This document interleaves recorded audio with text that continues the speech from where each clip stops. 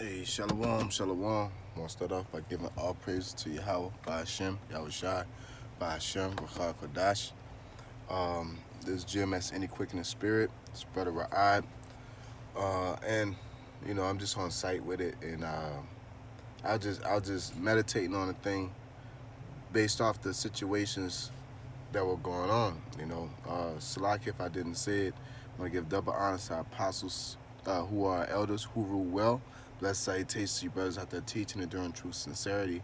And call all to y'all by Shem Yahushua, by Shem Kadash Barakatham. Gotta give a salute to the Most High and the Son. But based off everything that's been going on lately with the fallouts, with the scoffers, with the growth, it was a lesson when the brother did that was real edifying. All of the lessons are edifying, of course, but for me, hitting home with being studious to, being considerate on how you're a brother around other brothers, not being a bug out, watching bug outs, arguing, bicker over little things, and being vindictive, to just plain out not being efficient in the gospel. Like Malone, whatever the nigga name is.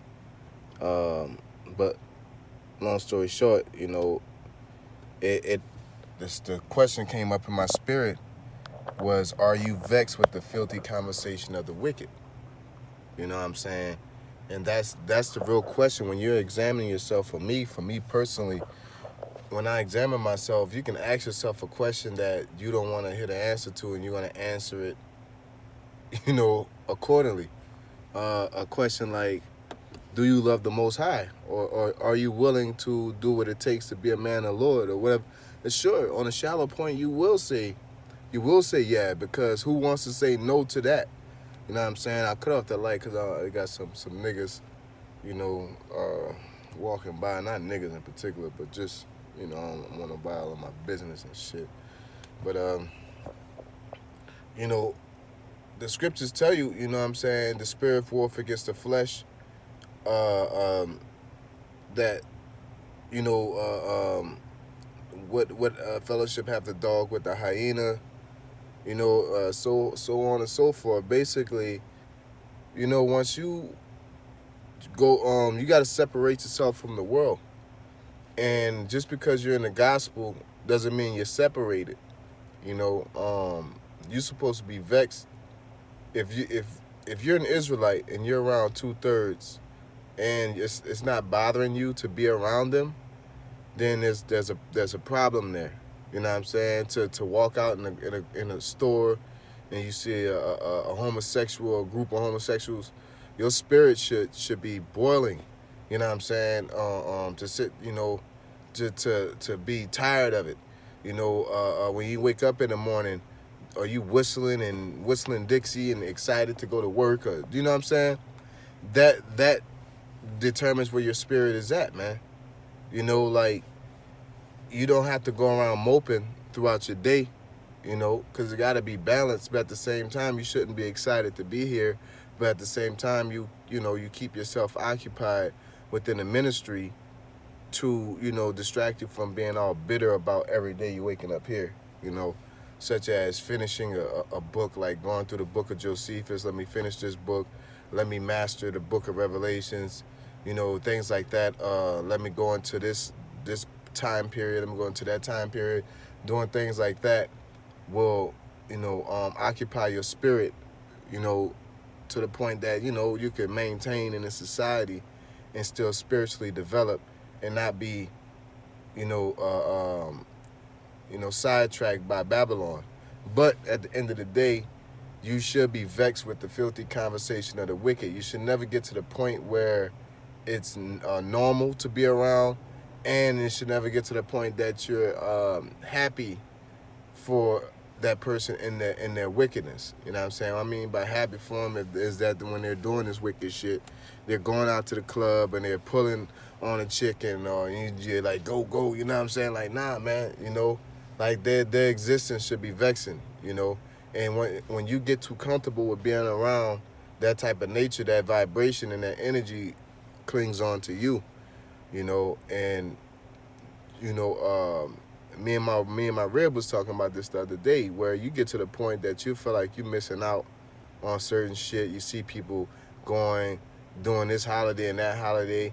You know, you'll be like, all these years you don't fuck with holidays, but then when you start hanging around them, this is something that I went through at a point, in all honesty, where, I started hanging around my cousins and my relatives, and I'd be around on holidays, and, they'll go and do this. And of course, me, I'm gonna be like, I don't fuck with it, but at the same time, everybody's getting up and going over here and doing this, and it made me feel like, damn, all I can do is go home and study and things like that. I want to go with them, but what they're doing is not, it's not a good look, And the Spirit just said, look, nigga, if you never was around them in the beginning, you wouldn't even miss out on something that you didn't even know about, So that just should let you know that your time and your energy should be toward the ministry.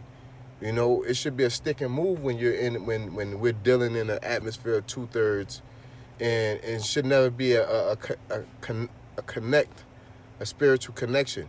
You know what I'm saying? You shouldn't be all into whatever you're doing. As the scriptures say, you be as pilgrims. And you definitely should be as a pilgrim when going into the life of the world, or the life of a 2/3, for lack of better words. Going to work, dealing with your woman, you know what I'm saying?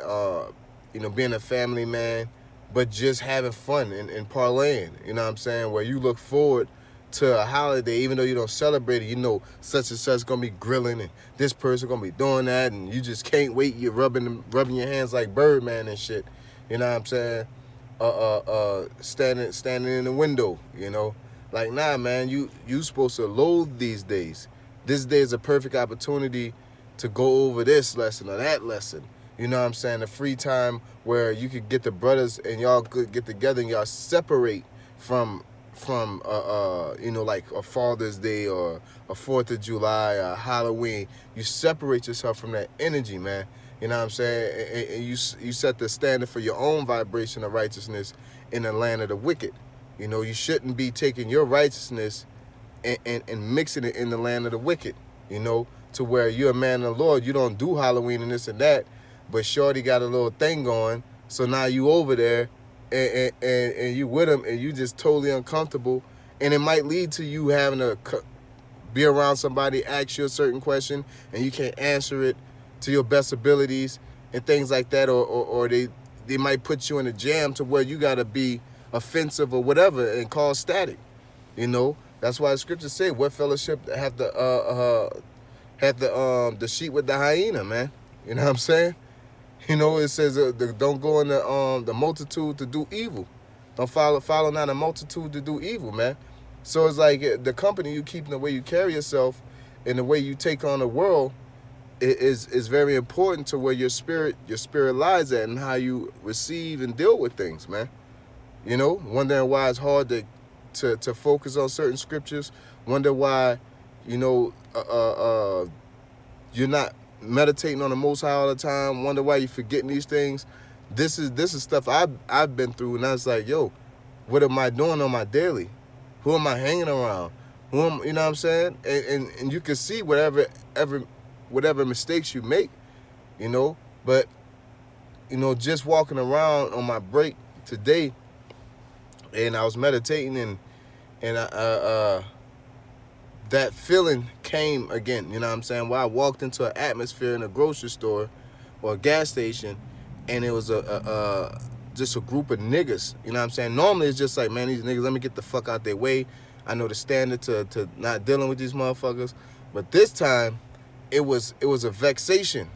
You know what I'm saying? Like, these motherfuckers here, man, like, they need to get out my way, man. You know what I'm saying? Type of deal. And, the Spirit's like, are you vexed with the conversation of the wicked, man?